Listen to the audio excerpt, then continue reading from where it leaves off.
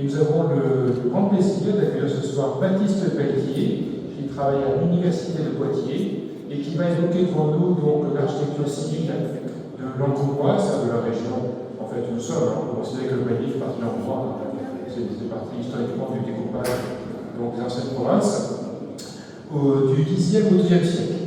Voilà, donc je laisse la parole à Baptiste, et bien sûr, si vous avez des questions à l'issue de la conférence, Baptiste est tout à fait prêt à répondre à vos demandes. Voilà. Merci beaucoup, Baptiste.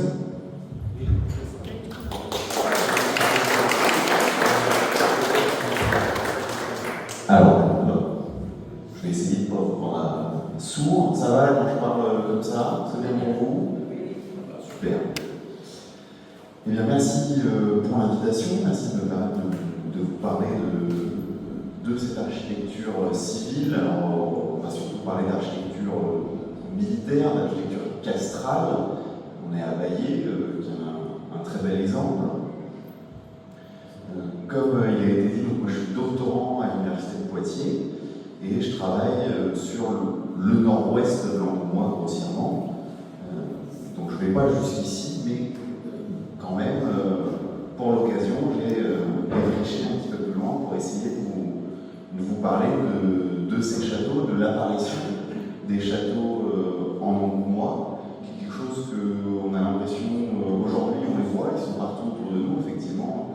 On parlait de la Rochefoucauld, ici à Baillé, on a le château de Baillé, il y a des châteaux qui jalonnent le territoire autour de nous.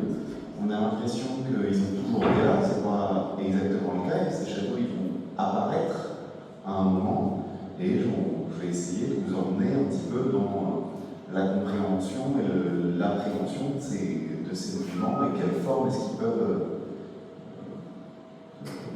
recouvrir à ces époques anciennes, donc du 10 au 12e siècle.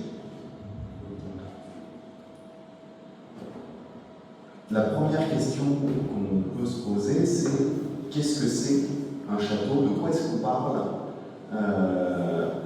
au 10-12e siècle quand on parle de château? Le château, c'est à la fois un lieu de défense, c'est un lieu militaire, mais c'est aussi un lieu de plaisance, un lieu d'habitation. Le château, c'est la résidence seigneuriale, c'est le lieu d'habitation du seigneur. Donc, au Moyen-Âge, on peut parler de ce que le 19e a appelé, le 19e siècle a appelé le château fort, c'est-à-dire que c'est un édifice qui est à mi-chemin entre le palais et la caserne fortifiée. Et ces deux éléments sont vraiment très très très liés dans ces châteaux médiévaux. D'ailleurs, ce terme de château, il apparaît beaucoup plus tardivement.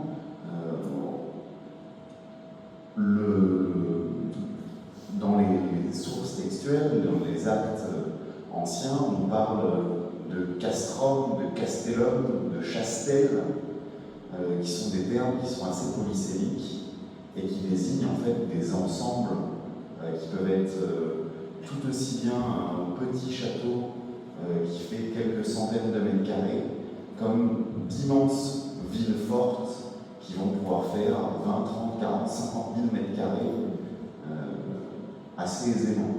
Donc c'est déjà quelque chose qui est assez immatériel. Ces sources anciennes, elles nous abordent très rarement la morphologie de ces châteaux.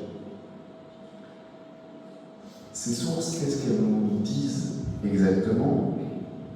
Eh bien, alors j'ai mis un petit panel de photographies prises aux archives départementales en Angoulême, dont ce magnifique rouleau qui fait 6,80 m en tout, qui est ici pas totalement déplié, les tables ne sont pas assez grandes.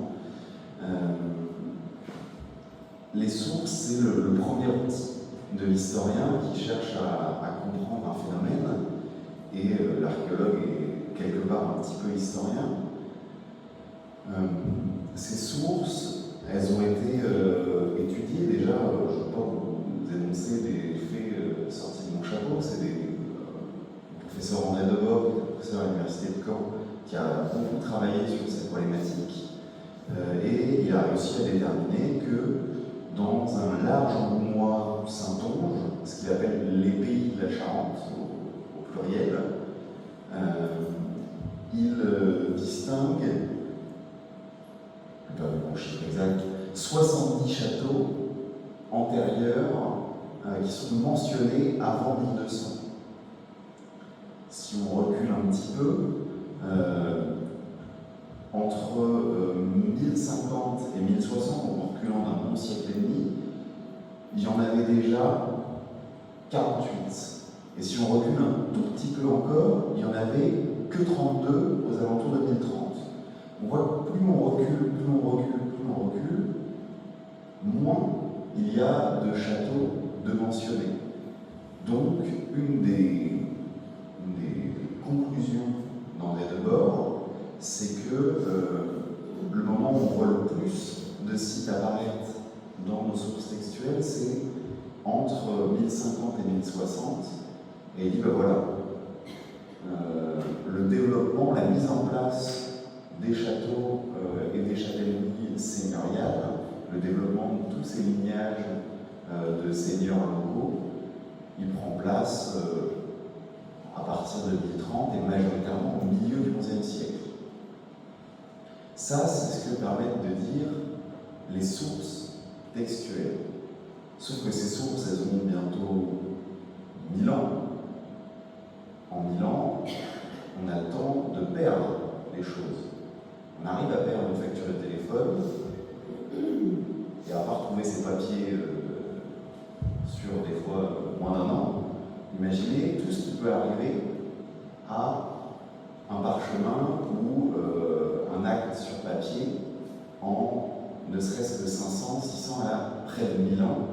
Et ben, on n'a qu'une infime partie de ce qui a existé anciennement. Donc déjà, on a un problème pour bien appréhender tout ce qui se passe. Et puis, on a un deuxième souci, c'est que qui a conservé ces documents aussi longtemps? Quelle institution a pu réussir à être pérenne autant longtemps? Ce n'est pas les familles seigneuriales qui ont fait construire ces châteaux. Toutes ces grandes familles, elles finissent par s'éteindre. Alors, il y a quelques familles qui réussissent à se maintenir dans le temps. On pense forcément aux Angoumois ou La Rochefoucauld qui sont toujours présents aujourd'hui. La plupart de ces lignages chevaleresques, de ces lignages seigneuriaux, ils finissent par s'éteindre au cours du Moyen-Âge ou sous l'Ancien Régime. S'ils ont un peu de chance, ils survivent plus loin. Souvent la Révolution, mais quelques termes aussi. Ben, toutes ces actes, toutes ces archives, elles vont disparaître. Et donc toutes ces archives relatives au château qu'ils vont construire, et ben, on en a presque plus. Et les archives qu'on a, c'est des archives de l'Église, les archives ecclésiastiques. Et sur ces 70 châteaux mentionnés avant 1200, il y en a seulement 3 qui appartiennent à l'Église. Donc, ben on a et même sur ces châteaux-là, on n'a pas beaucoup d'informations. Donc, on a une vision très restreinte. On essaye de regarder un paysage à travers un trou de serrure. Donc, il faut trouver d'autres moyens d'aborder ces problématiques. Et c'est là qu'intervient l'archéologie, qui permet d'aborder un autre type de source d'information, qui n'est pas textuelle, mais qui est matérielle. On va aller chercher l'information directement sur les sites en place.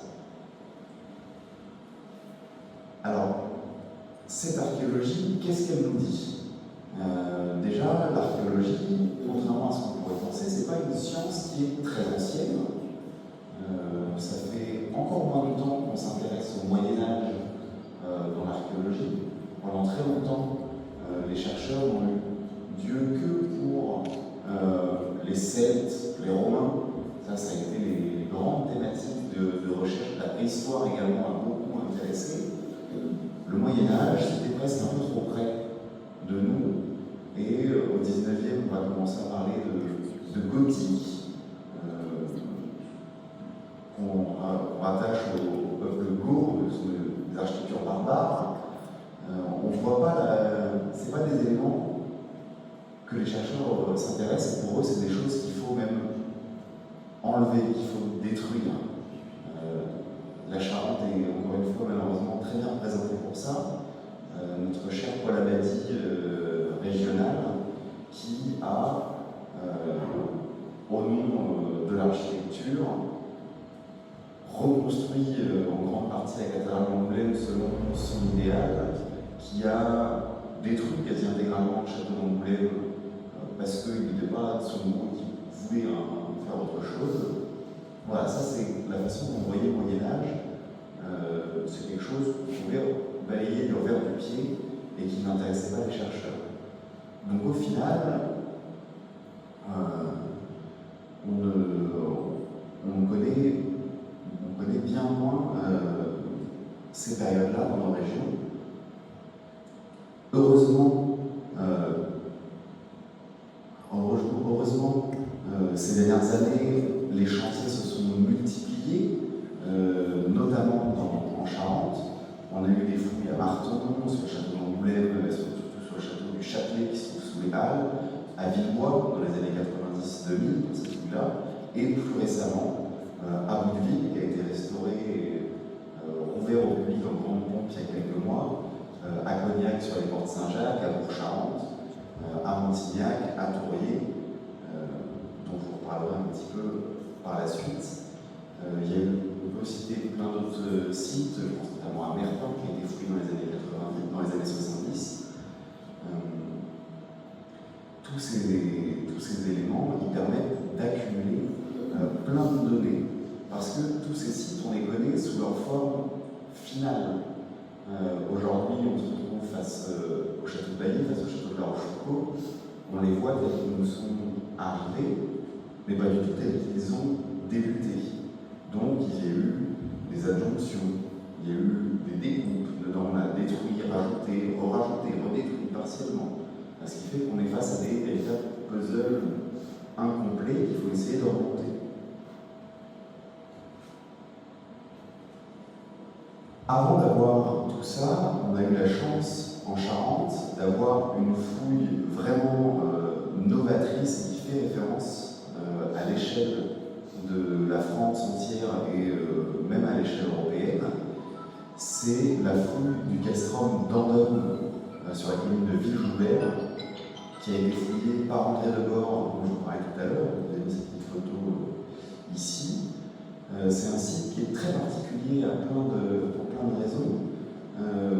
Déjà parce qu'il fait partie de ces sites qui sont mentionnés avant 1030. Il est mentionné en 1028, très précisément. Et il est mentionné parce qu'il est abandonné à cette date. La première fois qu'on connaît ce site dans les sources, c'est parce qu'on arrête de l'utiliser. Déjà, c'est assez curieux. Et André Debord l'a fouillé intégralement pendant près de 30 ans, de 1971 à 1995. Et ça a permis d'avoir une vision intégrale d'un site des alentours de l'Anville. La fouille a permis de déterminer que c'était un site qui vivait à peine une cinquantaine d'années, entre 50 et 80 ans. Ils ne sont pas tout à fait sûrs de la décennie dans laquelle il est construit, entre 950 et 970. Et puis il l'abandonne. Surprenant, alors il ne l'abandonne pas pour aucune raison, il l'abandonne pour venir fonder un autre château à Montignac, dont je vous reparlerai juste après. Mais on est sur un château qui date du milieu du Xe siècle. Là, vous vous rendez compte que ça ne colle pas avec ce que je vous ai dit juste avant, où, d'après André Debord, qui est donc la personne qui a fouillé ce site, hop, il y a une chose. Mais, pardon. D'après André Debord, le phénomène des châteaux arrive et se développe à partir des années 1030 et surtout aux alentours de 1050. Là, on est aux alentours de 950. Il y a un léger décalage. À l'époque, quand il fouille ce castrum et quand Le site est publié après son décès par Luc Bourgeois, professeur à l'Université de Poitiers. Les chercheurs disent bon, c'est un site qui est très précoce, c'est un site qui est exceptionnel. Voilà, c'est quelque chose d'assez rare. On a de la chance de l'avoir trouvé. Et c'est un site qui est intégralement en pierre, ce qui change beaucoup de l'image qu'on peut avoir et qu'on nous a tous enseigné à l'école du château de bois et de terre qui est remplacé après, plus tardivement, par un château de pierre.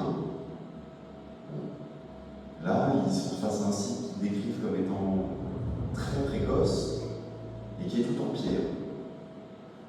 Une deuxième ligne qui coince dans le roulement de leur recherche. Et en fait, aujourd'hui, plus on avance, plus on fouille de sites, plus on se rend compte que ces premières mentions aux alentours de 1030, 1050, 1060, elles ne sont pas du tout contemporaines de l'installation, de la construction de ces châteaux.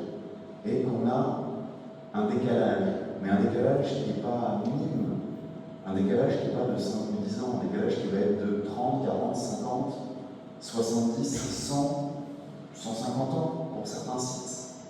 Et donc tout d'un coup, il faut redécaler tout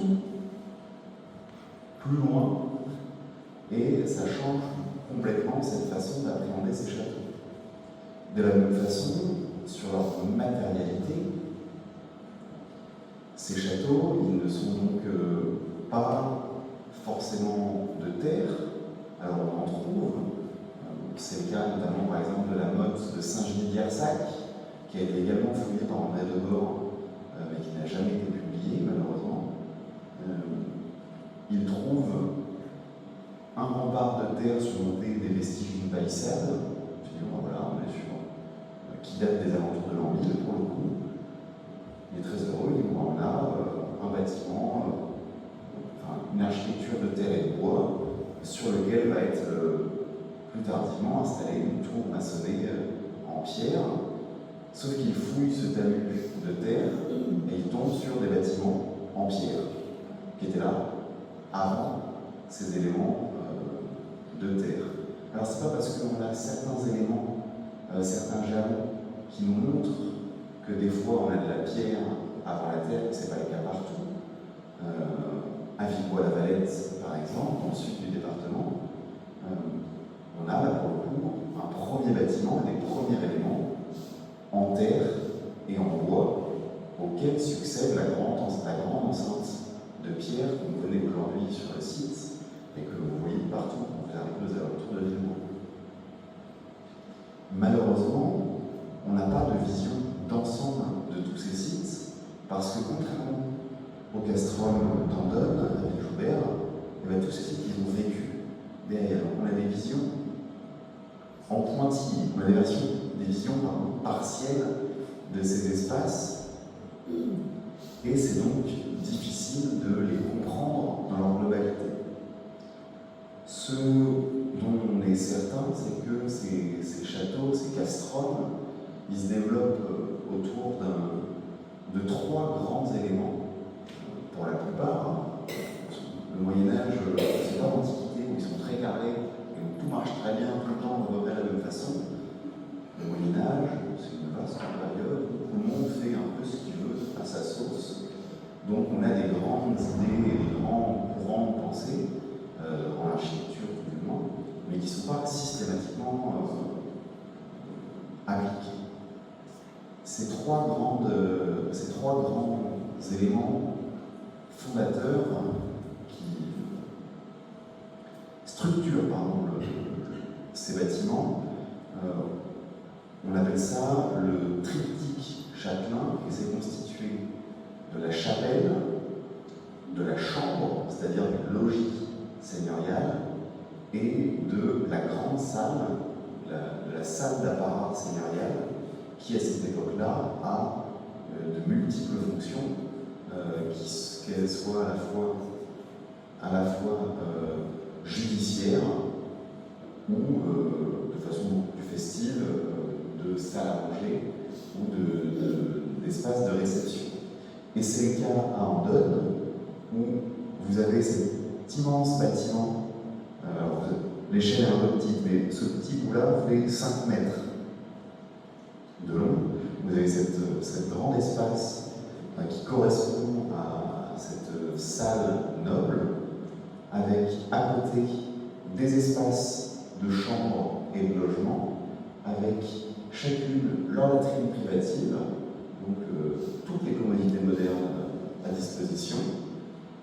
De l'autre côté, alors, pas de chapelle à proprement parler, mais toute une série de dépendances, de cuisine et d'espaces d'artisanat pour pouvoir agrémenter la vie du comte au quotidien.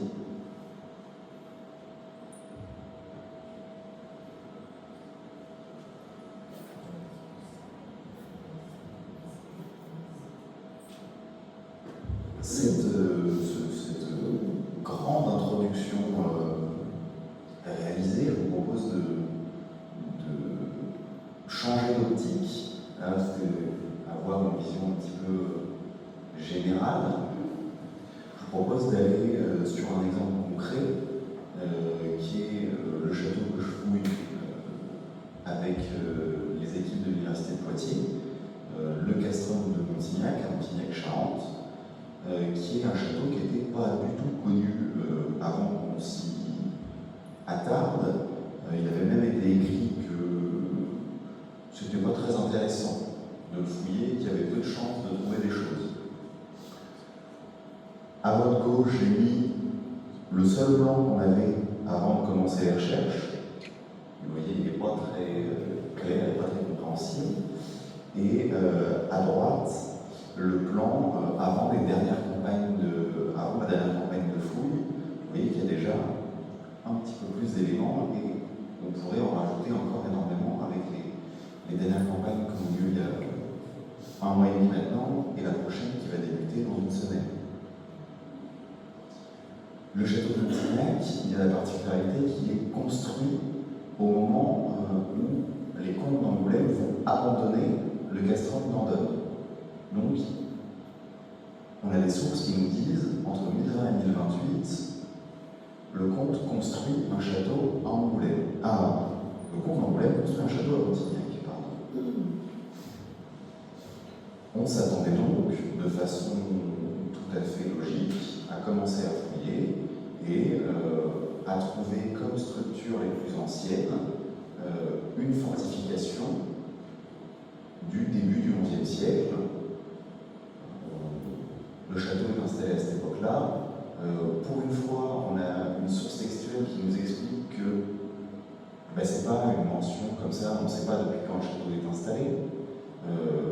C'est un acte du comte d'Angoulême qui dit « Moi, Guillaume, comte d'Angoulême, il m'est venu l'idée d'édifier un château à Montignac. » Il dit « Chouette, on a un point de départ. » Sauf que, à la fouille, sous la tour maîtresse, sous le donjon, on a des éléments en creux qui dessinent un bâtiment sur poteau, qui est accompagné d'une grande levée de terre avec des négatifs de poteau et des négatifs d'une palissade sur le dessus. Là, on a un château de terre et de bois, dont le mobilier archéologique, dont la céramique entre autres, nous indique qu'on n'est pas du tout au début du XIe siècle, mais qu'on est en plein milieu du Xe. Mince. Encore une fois,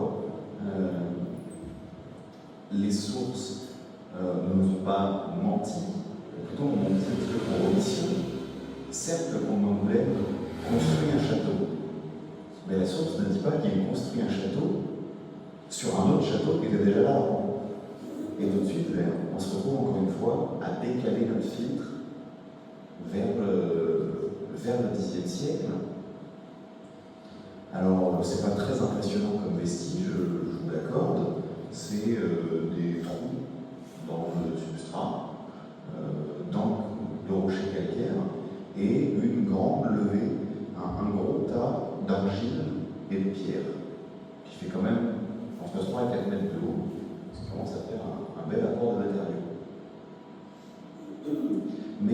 nous, c'est vraiment une source d'information énorme parce que ces fortifications en Charente, on les connaît très mal. Et petit à petit, à Montignac, à Bouteville, à Villebois-la-Valette, on commence à percevoir ces architectures en bois. Alors c'est très difficile de savoir qu'est-ce qu'il y avait au-dessus, quelle forme ont ces bâtiments. Là, d'après l'ancrage au sol, c'est des poteaux qui sont très importants.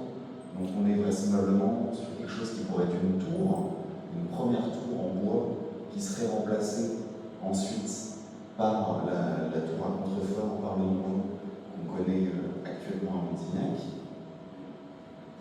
Mais ça permet déjà de commencer à toucher du doigt ces éléments. S'intéresser à des bâtiments, c'est pas seulement fouiller. L'archéologie ne se fait pas seulement ce qu'on appelle l'archéologie sédimentaire, le sédiment dans la terre. On va aussi étudier ce qui se trouve en élévation, faire l'archéologie du bâti. Et ça permet de nous attarder sur des édifices qu'on pensait connaître. La tour maîtresse, le donjon de Montignac, elle est documentée depuis le XIXe siècle, elle est décrite par l'abbé Michou, qui est le premier archéologue charentais qui écrit un inventaire des statistiques monumentales de la Charente en 1844, et il va faire une description par thématique de tous les édifices de Charente qu'il connaît. Donc ça fait un imposant volume où il décrit plein d'édifices, et il décrit la tour de Montignac, et il écrit « Ce donjon a été construit en telle année, au milieu du XIIe siècle, par le comte d'Angoulême Vulgrin II, point. Et depuis, en citant quelques arguments derrière, bien entendu, mais depuis, tout le monde était d'accord. Et jamais personne ne s'était attardé sur cet édifice. Et quand nous, on a commencé à le regarder de plus près, à aller regarder élément par élément, pierre par pierre, on s'est rendu compte qu'on avait des choses qui ne collaient pas. On avait plusieurs façons de construction. On avait des tailles de pierre qui changeaient, des mortiers qui étaient différents. Et on a pu déterminer 5 phases de construction différentes. Et en fait, on n'a pas une tour, on a plusieurs tours qui sont agglutinées les unes dans les autres et construites les unes sur les autres. On a une première tour, donc en rouge sur la figure, à contrefort, qui date visiblement, elle, du début du XIe siècle, qui est contemporaine de la reconstruction du château par les comtes d'Angoulême, qui se fait selon un modèle qu'on connaît assez bien, on retrouve assez largement à La Rochefoucauld, la partie basse des donjons de La Rochefoucauld et contemporaine de celle-ci, avec des contreforts en pierre de taille et entre les deux des parements anti-moellons calcaires. Au-dessus, eh bien, la voilà, la tour de Vulgrin II du XIIe siècle. Là, on change de mode constructif, on garde les contreforts, mais intégralement en pierre de taille, selon un modèle qu'on peut retrouver, entre autres, à Baillet.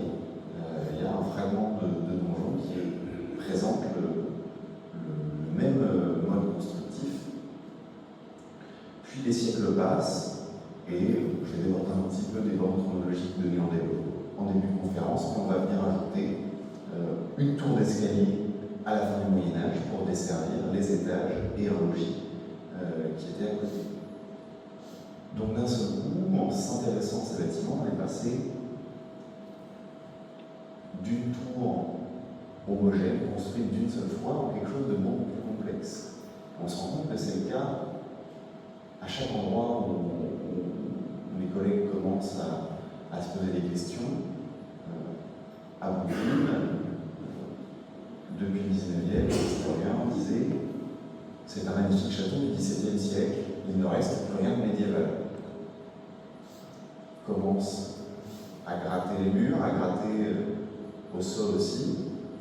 Petit à petit, c'est tout un château médiéval qui se dévoile avec des pans de murs, des élévations qui étaient en fait englobés dans le château du XVIIe siècle et des éléments très anciens, à bout de vie, qui vont même jusqu'au IXe siècle, encore plus anciens.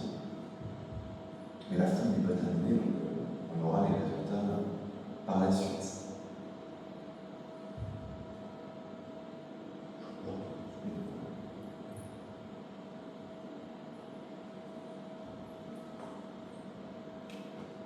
Une fois qu'on a étudié cette tour, on se dit, bon, c'est bien, mais la tour ne fait pas le château.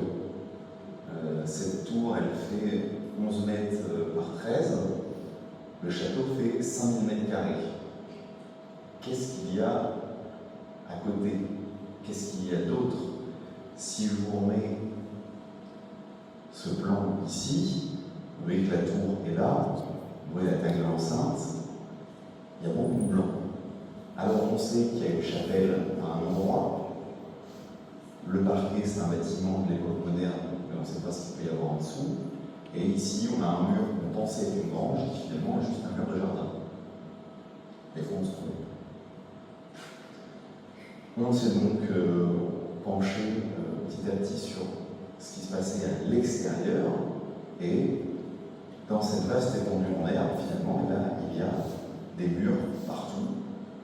C'est là qu'on a trouvé l'enceinte en terre avec la palissade, une enceinte maçonnée qui vient par-dessus. Au même moment, l'enceinte en terre devient un petit peu has-been, si vous permettez l'expression, et les Seigneurs de Montignac, au XIIe, peut-être XIIIe siècle, vont décider non pas de détruire cette levée de terre et de construire un rempart maçonné à la place, ils vont aller à l'économie et plaquer un mur contre la levée de terre déjà existante et ainsi donner l'illusion depuis l'extérieur d'avoir de très hautes élévations complètement maçonnées, alors que toute la base, ce n'est qu'un plaquage d'un parement contre la terre. Ce qui explique qu'aujourd'hui, ce mur, on n'a plus du tout en élévation parce que structurellement, ça ne marche pas très bien. Et puis à l'intérieur, toute une série de maçonnerie, de compartiments qui viennent structurer l'espace dans ce château.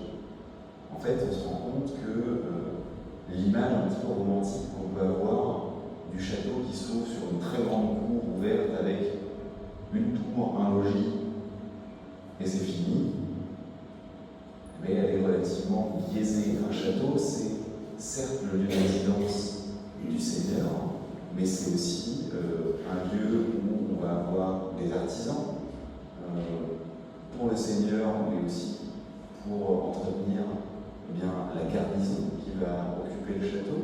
On va avoir des chevaliers, des soldats qui vont être soit à l'année, soit de façon un peu plus épisodique sur le site. Et puis, on va avoir toute la cour seigneuriale, ce qui implique des cuisiniers, des servants et tout ce qui s'ensuit. Et un aspect qu'on a du mal à imaginer en voyant ce site, c'est qu'on va avoir aussi des administratifs. Parce que le château, il est au centre d'une châtellenie, il est au centre d'un domaine foncier, et ce domaine foncier, il ne tourne pas tout seul.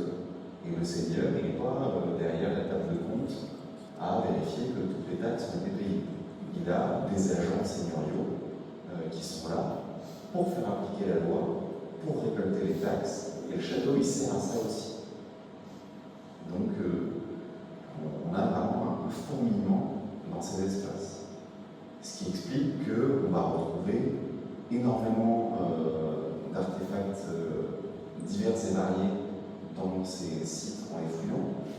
Alors majoritairement de la céramique, de la vaisselle. On a tout un pan qui nous échappe, qui est toute la vaisselle en bois qui a disparu, qui s'est décomposée. La céramique a ce net intérêt de la terre cuite ne se dissout pas dans le sol. Donc on trouve énormément de céramique, de formes, de tailles très différentes qui vont nous permettre de dater. Et puis le château, c'est quand même un lieu de résidence un petit peu aisée. Et donc, on va aussi trouver des éléments en lien avec le jeu, avec les loisirs. Ici, je vous ai mis une pièce d'échecs en bois de serre qui date du XIe siècle, qui a été trouvée à Montignac en 2022. J'aurais pu également vous mettre des éléments qui ont été trouvés à Andeuil, mais qui passent aussi par tout ce qui est lié à la chasse, notamment à l'arbalète, qui est l'élément de chasse noble très utilisé au XVIIe siècle, et qui sont véritablement des marqueurs de cette élite seigneuriale, de cette élite châtelaine.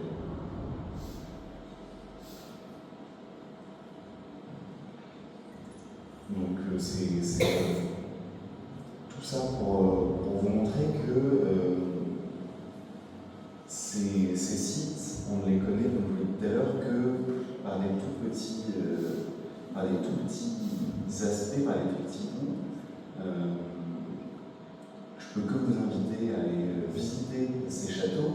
On a la chance en Charente d'en avoir quand même énormément. Si vous dépassez les limites départementales, il y en a tout autant dans la Vienne, tout autant dans les Deux-Sèvres, en Limousin, en Charente-Maritime, en Dordogne. La Dordogne est connue pour ses châteaux, mais il y en a autant dans les départements à côté. Donc allez les visiter, il y a des sites qui sont fouillés cet été. Je ne peux que vous inviter à venir réaliser les visites à Montignac qui auront lieu les mercredis à 11h des 3 dernières semaines d'août. L'invitation est lancée, il n'y a pas besoin de réservation. J'espère que cet aperçu vous aura au moins permis de mieux comprendre, d'essayer de comprendre ce que sont ces châteaux, parce que même c'est des éléments qui restent assez mystérieux, c'est d'ailleurs pour ça qu'on les étudie. On pourrait croire qu'on connaît tout et qu'on a tout compris des châteaux médiévaux. C'est une question qui est encore très largement ouverte et il y a encore de très nombreuses perspectives de recherche. Une photo des fouilleurs, parce que sans eux, on ne peut pas comprendre grand-chose. Je vous remercie de votre attention. Si vous avez des questions, surtout n'hésitez pas.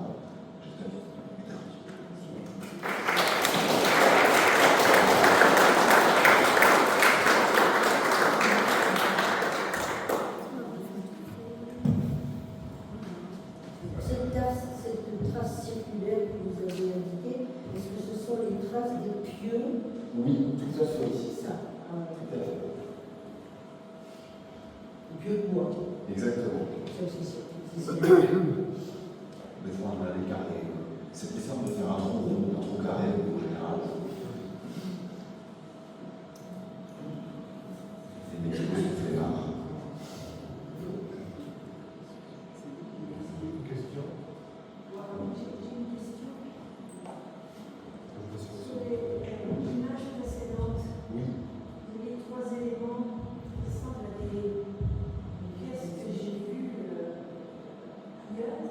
C'est 3 fois la même. Oui, c'est les côtés. C'est 3 fois la même, par contre. C'est pas des éléments d'un jeu d'échecs. Si, c'est une pièce d'échecs en bois de serre. C'est un cavalier, d'après le collègue qui l'a étudié. C'est un type de pièce d'échecs qu'on trouve très fréquemment. Il y en a une vingtaine qui ont été trouvées pour cette période sur le territoire français. Mais c'est une morphologie qu'on retrouve fréquemment sur ce petit corpus, sur ce petit nombre de pièces qu'on connaît. Les échecs existaient déjà. Les échecs, elles arrivent de l'Inde via l'actuel Maghreb, via Jérusalem aussi, et elles arrivent en Europe et via l'Espagne également, et elles arrivent en fait au milieu du Xe siècle, vers 950-970. On commence à avoir les premières traces d'échecs en Europe. C'est un jeu qui est, lui, pour le coup, extrêmement élitaire. C'est vraiment les très grands seigneurs, les comtes, qui jouent aux échecs, et c'est un jeu qui va devenir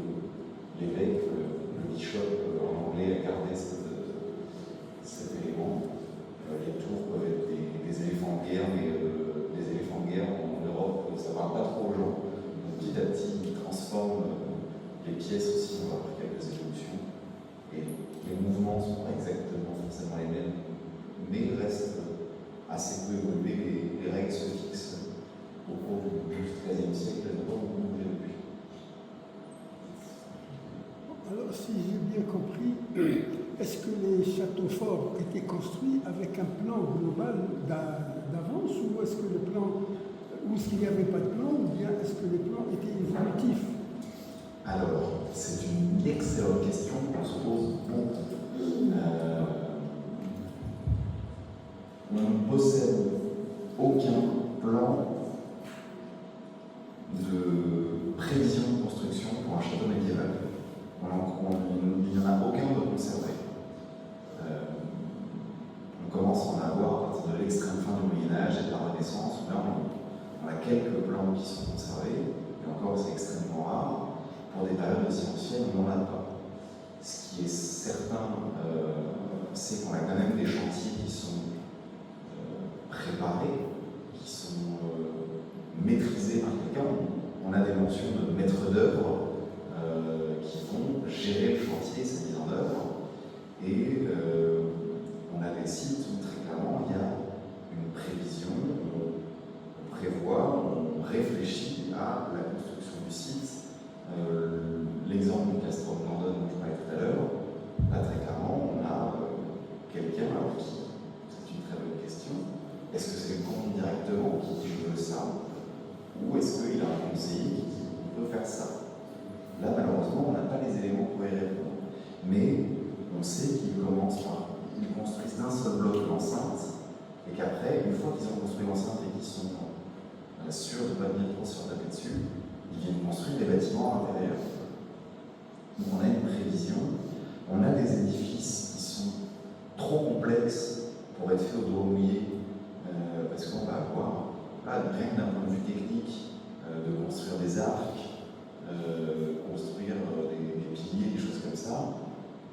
Si on fait ça sans tracer des murs, sans prévoir et réfléchir à notre bâtiment, ça ne peut pas marcher.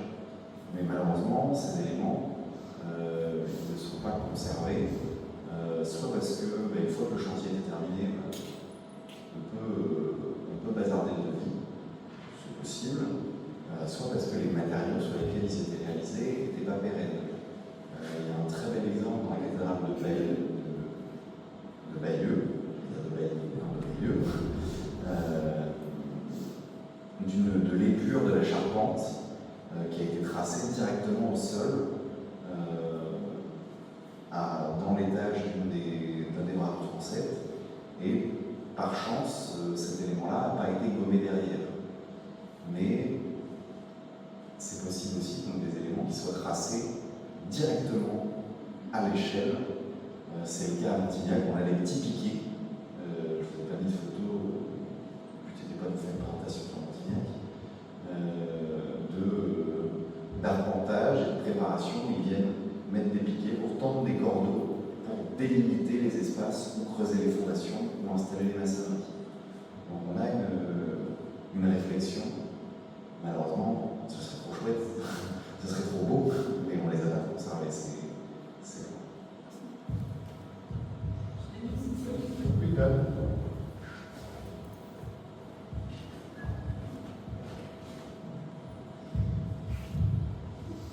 Donc, l'âge d'or de Montignac, au château d'Alfer, l'âge d'or, c'est le 12e siècle à peu près. C'est une très bonne question. Et après, parce que la fin de l'Alfer, c'est Alors, le 12e. Alors, le château. Et après. Le château, Non, c'est peut-être mieux. Ça va comme ça? Oui, on reprend celui-ci, on s'en fiche.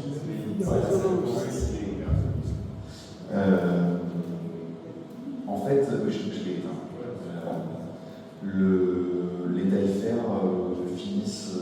s'éteignent à la fin du XIIe siècle avec la mort d'Aimar Taillefer.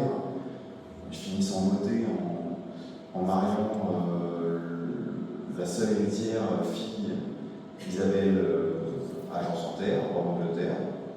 Un beau mariage. Le site après va passer de main en main aux Lusignan, qui sont le deuxième mariage d'Isabelle Taillefer. C'est pas pour autant qu'il est abandonné, c'est pas pour autant qu'il dépérit, au contraire. Il continue d'être une place place forte, importante. Il continue d'être réaménagé. Ce lignage a la particularité d'être demi-frère à un moment des rois d'Angleterre grâce à Isabelle Taillefer. Donc ils vont s'expatrier en Angleterre parce que c'est quand même beaucoup plus intéressant financièrement d'être proche du roi d'Angleterre que du camp d'Angoulême. Donc le château va devenir anglais avant même le début de la guerre de 100 ans, va accueillir les troupes anglaises pendant la guerre de 100 ans. Ce cher du Guesclin va bien libérer, il faut libérer. Le château est déjà anglais depuis 200 ans quasiment. Est-ce qu'il le libère? Est-ce qu'il le conquit? C'est une question de point de vue. Et le château va repasser dans la noblesse française. Et les La Rochefoucauld vont finir par la racheter en 1399, le 15 janvier très précisément. Ils rachètent Tourier le même jour. Et les La Rochefoucauld vont continuer d'occuper le château, vont effectuer de très gros travaux de réaménagement qui sont plus visibles aujourd'hui parce qu'ils ont été détruits à la fin du XVIIIe et XIXe siècle. Mais une très imposante tour logis d'une trentaine de mètres de haut. On a plusieurs représentations, et en fait, qui est construit à l'extrême fin du XVe siècle, début XVIe. Et à cette période-là, le château est toujours très important, une place forte primaire. Et même au cours des guerres de religion, le château a l'air de polariser certains. Alors, on n'a pas d'affrontements à proprement parler qui sont documentés. Mais là, les dernières recherches, les dernières investigations qu'on a pu réaliser, on a mis en évidence un système fortifié assez imposant, avec de très gros fossés, des bastions en terre. Donc, jusqu'au XVIIe, c'est un haut lieu angoumoisin. La municipalité d'Angoulême se déplace jusqu'à Montignac pour accueillir Charles Quint, qui est de passage pour rentrer en Espagne. C'est un site qui ne dépérit pas avec la fin des Taillefer, loin de là. Très grand, je pense.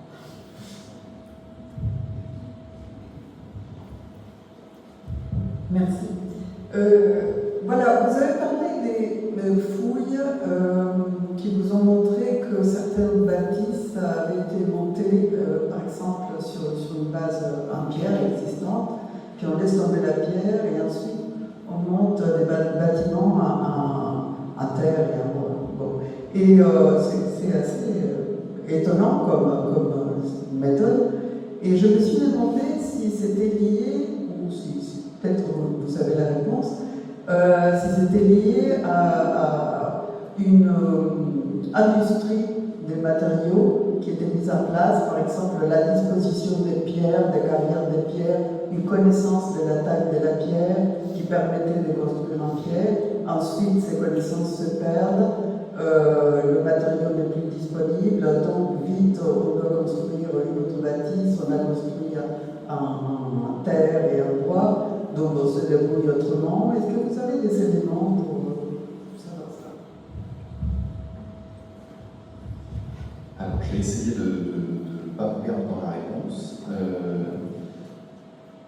Alors, c'est pas une question de perte de connaissances, de savoir-faire, pas du tout, parce que c'est la taille de pierre au Moyen-Âge, on ne la perd pas, on sait le faire.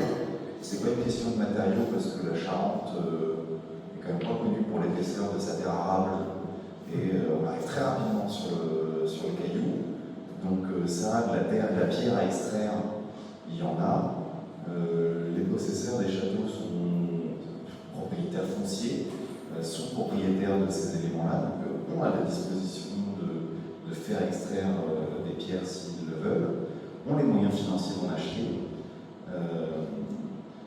Avec notre vision actuelle, on a tendance à un petit peu catégoriser, à dire que la pierre c'est mieux que la terre et la pierre.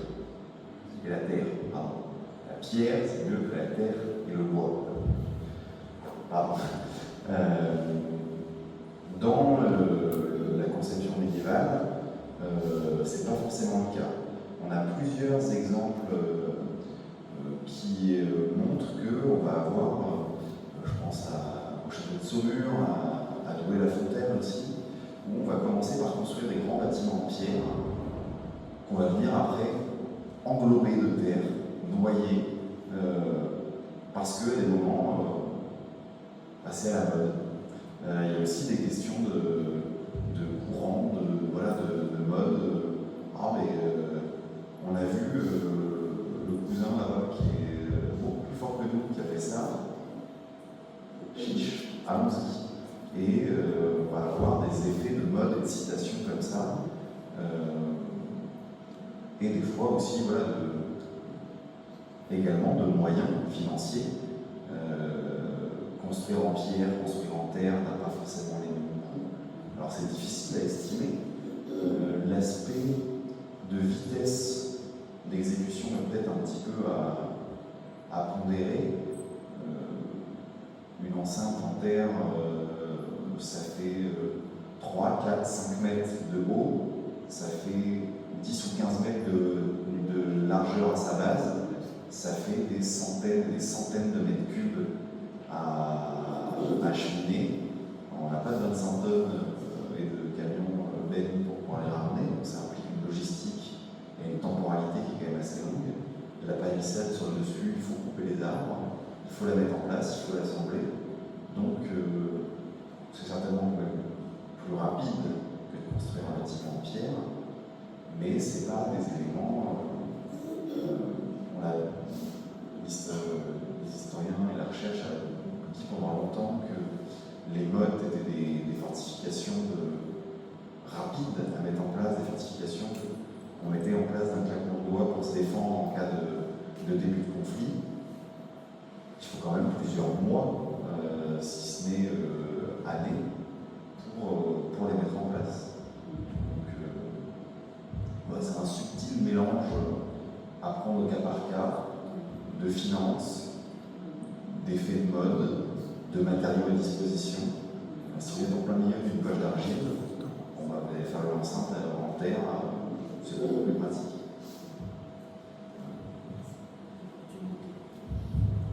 Voilà. Y a-t-il d'autres questions, demandes, observations? N'hésitez pas. Oui. Les châteaux à mode semblaient moins importants quand même que les châteaux forts. Moi je pense en Anjou, à Saint-Sylvain d'Anjou, et puis je pense aussi à Mirbeau, de reconstituer, mais c'est une reconstitution du château à mode de Mirbeau, c'est pas immense quoi, c'est pas très grand, je sais pas si vous les connaissez. Oui, la cuve d'Anjou à Mirbeau qui est une très belle mode effectivement. Il est assez exemples, alors le premier effectivement je ne le connais pas. La motte de Saint-Genis, encore une fois, vous parlez de la motte en elle-même. C'est comme dire que la tour, le donjon et l'intégrité du château. C'est un élément du château. Mais je peux vous citer des éléments locaux. La motte de Marcillac-Lanville, la motte en elle-même fait 180 mètres de long, 70 mètres de large et au point haut, plus de 20 mètres de haut. À Château-Renaud, à Fontenay, la motte fait 80 mètres de long et 35 de large. On a des éléments qui sont gigantesques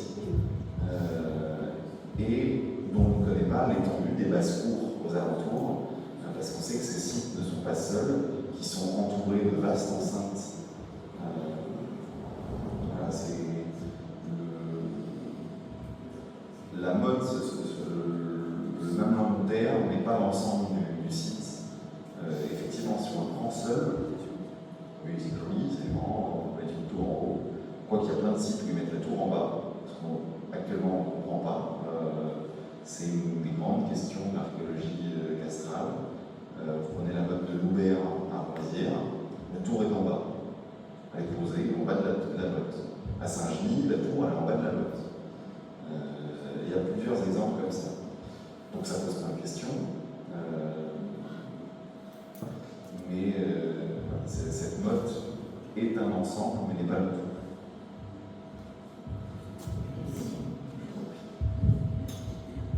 Voilà, écoutez, je pense que nous pouvons remercier encore une fois Baptiste pour